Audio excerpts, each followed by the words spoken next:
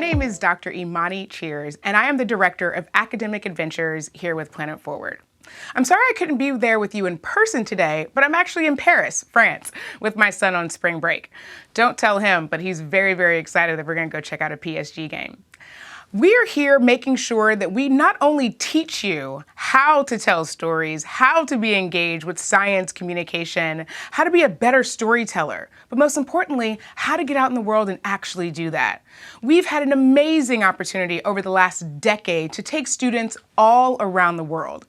My favorite places include everywhere from Zambia, South Africa, Kenya, Tanzania. Don't forget to ask me about that trip when we went to Zanzibar, as well as the Galapagos Islands, Belize, and Southeast Alaska. In the next year to year and a half, we're going to have a number of opportunities coming up. So make sure you bookmark, check out our website, stay tuned, and then make sure to apply. We're looking forward to taking you on an opportunity around the world to move the planet forward.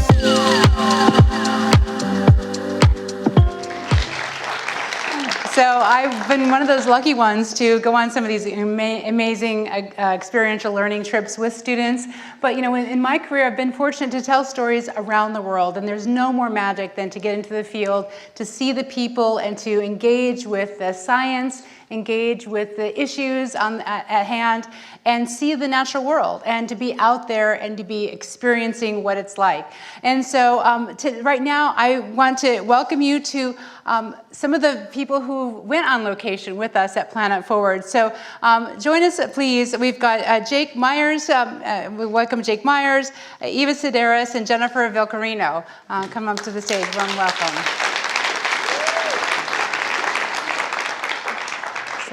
So thank you so much. It's like I said, it's just such a magical time to be out there, to be in the natural world. But first, tell us who you are and sort of what's your affiliation, where you're coming from. Yeah, hi, my name is Jake Myers. I currently work at an NGO called IDE, and I use storytelling to kind of help learn from failure and scale up success. And I was a master's student where I studied international development at the University of Arizona, and I was a student here 4 years ago.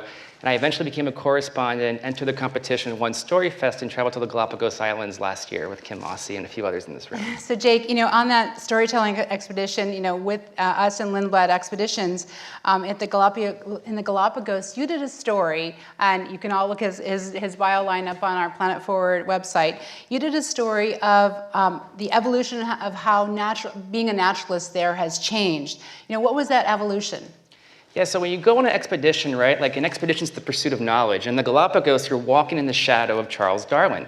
But I was thinking, who's walking in that shadow today? And it's expedition leaders on Lindblad expedition, like Juan Carlos. And I thought, what's different about a naturalist from the past and today? And the naturalists of the past would do taxidermy, would do weird experiments that are totally unethical by today's standards.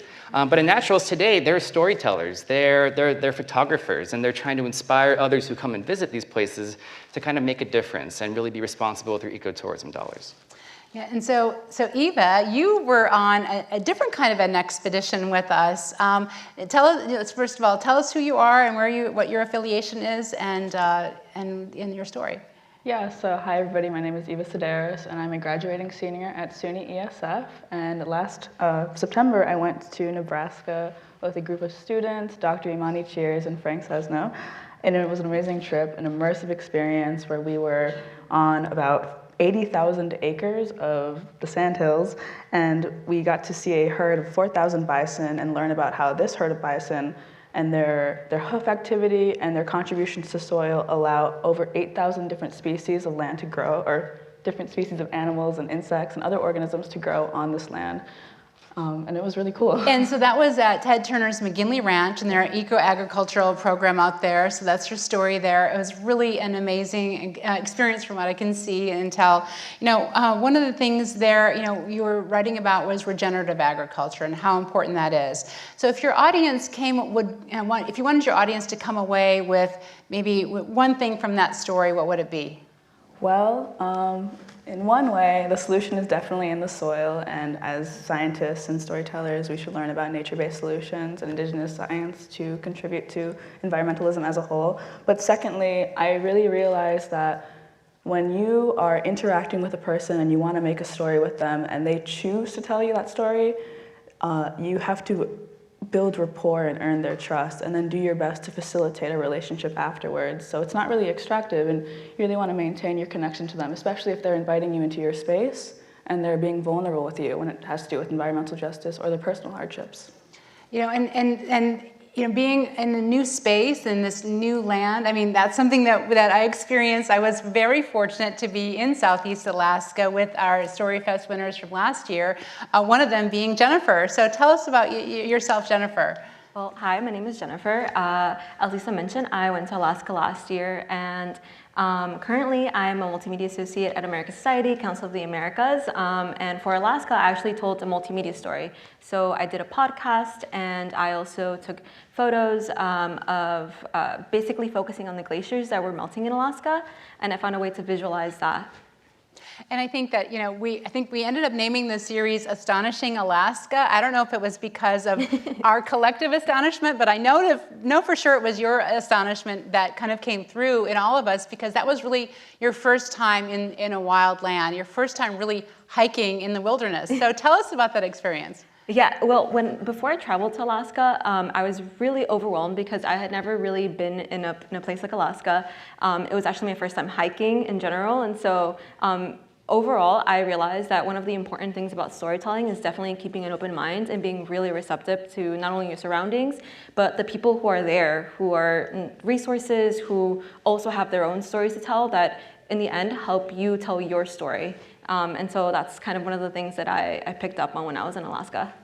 You also, we were talking about how being kind of aware of so many different things around you, it made it difficult to decide what story to tell. So how did you strike that balance of when you're out there telling the story and deciding what to focus on and how to devote your resources to what you wanted to accomplish? Yeah, it's really interesting you mentioned that there were so many stories. I remember that we were on a bus once, and we were entering this museum related to indigenous communities, and there was a really fascinating story. And I remember when he was telling us about a mining project that was starting there, everyone's immediately light bulbs went off for everyone because it was like a really interesting story that needed to be told. But the story that I chose was about glaciers, and for me, what's really important is, as someone who kind of came into this whole idea of climate change and storytelling with really no knowledge, it's really important for me to tell a story that captivates people who don't have as much knowledge about climate change. And so something that was really interesting to me was the glaciers, because that's something that we hear about often. And so I try to find a way of how to photograph that or how to tell that story through a podcast that would make it really appealing to a general audience. So Eva, you were explaining about sort of how that felt to be on that expanse of land with those bison, and talk a little bit about that. If you were to sum it up in a few words of what you came away with as a storyteller from being in such an amazing space and having that privilege of telling these big stories, how would you summarize that in a few words? Oh, well, I was very fortunate to be able to visit such a wonderful and exciting property, and I think I was challenged to gather information to tell a story that relates to environmentalism, climate change, and regenerative agriculture, but I was also supposed to balance that with being present and appreciating the people around me, and I think that was a really awesome interpersonal skill to develop. And these interconnections that you have, with the people that are around you and telling those stories, it's something, that trust you have to build as well. It's precious. Yeah. So Jake, you've gone on to do some incredible things, and we talked a little bit more about sort of this ability to be able to share your curiosity and that ability to then help tell a narrative, and how that curiosity really helped you develop how to develop your nonprofit. So talk to us a little bit more about how that kind of got started. Yeah, so I think every good storyteller has to be intentionally curious, retain your childlike spirit, ask those hows and whys, That's how you generate knowledge, and knowledge is the basis of a narrative, right? A compelling narrative. The Latin root for narrative is to pass knowledge. So when you are curious, you ask how, you ask why, you can get something very compelling, and that's kind of going back to Frank's equation, compelling characters overcoming obstacles to achieve either a scalable solution or a desirable outcome. So come in with that childlike spirit and ask those hows and whys. So childlike spirit, we've gotten a Latin education here too about narrative, hows and whys, and really be present. So, it's just been it's wonderful to travel with Planet Forward. Hopefully we will continue to have options for you and watch our website for more to come. So thanks very much. Frank.